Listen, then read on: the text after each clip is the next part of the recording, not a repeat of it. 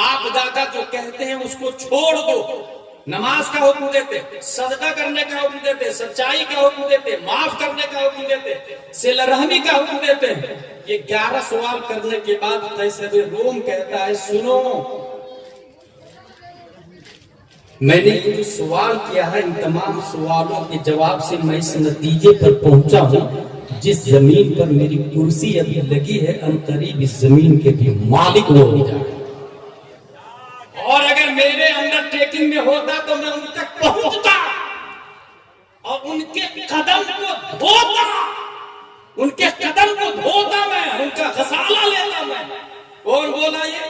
قیصر روم۔ اب یہاں سے آخری بات بتا کے وما علینا الا البلاغ، میری تقریر ختم ہو گئی۔ حضور صلی اللہ تعالی علیہ وسلم کے حوالے سے 11 سوال کیا۔ حضور صلی اللہ تعالی علیہ وسلم آپ کی صفتیں ظاہری بھی اور باطنی بھی پوری دنیا کے سامنے آیا ہے۔ حضور صلی اللہ تعالی علیہ وسلم کیا کر رہے تھے اس کی 2 جہت ہے۔ ہمارے نبی صلی اللہ تعالی علیہ وسلم کی طرح لیڈر دنیا میں کوئی نہیں آیا، انبیاء اور بھی آئے، حضرت موسیٰ بھی، حضرت عیسیٰ بھی، حضرت آدم بھی، دیگر انبیاء کرام بھی، مگر یہاں موجودہ دنیاوی لیڈر کی بات کروں گا میں کہ دنیا میں جتنے ملل،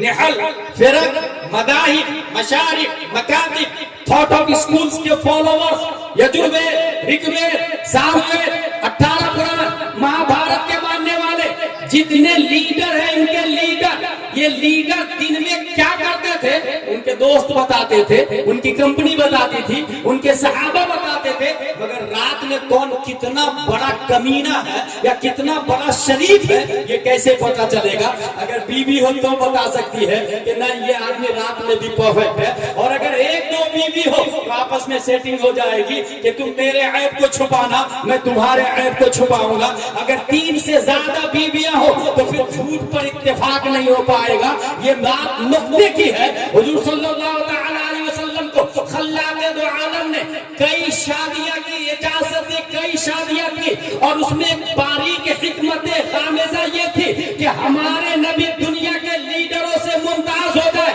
دنیا کے لیڈر کی جلوت لوگوں کے سامنے میں ہے، مگر خلوت کتابوں میں مرقوم نہیں ہے، محفوظ نہیں ہے، زبان زد نہیں ہے۔ نبی کو کئی شادی کی اجازت دی تاکہ دن میں نبی کیا کرتے ہیں یہ ابو بکر بتائیں گے، یہ عمر بتائیں گے، یہ طلحہ بتائیں گے، یہ زبیر بتائیں گے، یہ حنظلہ بتائیں گے، مگر رات کی تاریکی میں نبی کیا کرتے تھے یہ حضرت عائشہ سے پوچھو، حضرت خدیجہ سے پوچھو، حضرت حفصہ سے پوچھو، حضرت ام سلیم سے پوچھو۔ 1 سے زیادہ شادیاں کرنے کی اجازت دی تاکہ جلوت بھی لوگوں کے سامنے میں رہے، خلوت بھی لوگوں کے سامنے میں رہے۔ یہی وجہ ہے لیڈر اور بھی آئے مگر کہیں نہ کہیں وہ عیبدار ہے۔ اگر دنیاوی عیوب سے پاک ہے، عیب سے، گناہوں سے پاک ہے، تو وہ کوئی اور نہیں 571 عیسوی عبداللہ کی پیٹھ سے، آمنہ کے بدن سے، مقام بیضا پیر کے دن صبح صادق مکہ کی دھرتی پر پیدا ہونے والے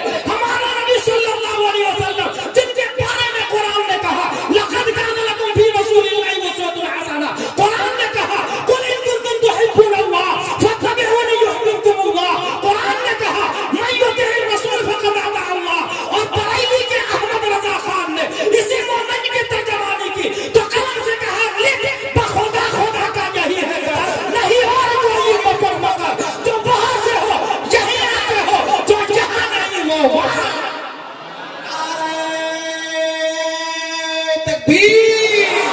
نعرہ رسالت، مدرسہ دارالعلوم ضیاء العلوم، جشن دستار بندی، عظمت مذہب اسلام۔ لہذا ہمارے نبی رول ماڈل صرف مومنوں کے لیے نہیں، کافر کے لیے بھی رول ماڈل، اور وہ بھی اگر نبی کی اتباع کرے تو فائدہ ملتا ہے، نبی کی پیروی کرے تو فائدہ ملتا ہے، بھلے کہ نہیں فائدہ ہو لیکن فائدہ ملتا ہے۔ اب ایک بہت بڑا سوال آپ کے سامنے یہ ہوگا کہ نبی جب اتنے اچھے ہیں اور یہ قرآن اور بخاری شریف میں لکھا ہوا ہے تو یہ سنیوں ہی کو سمجھ میں آتا ہے، وہابی دیوبندی کو نہیں سمجھ میں آتا، سلح گلی کو نہیں سمجھ میں آتا، اہل حدیث کو نہیں سمجھ میں آتا،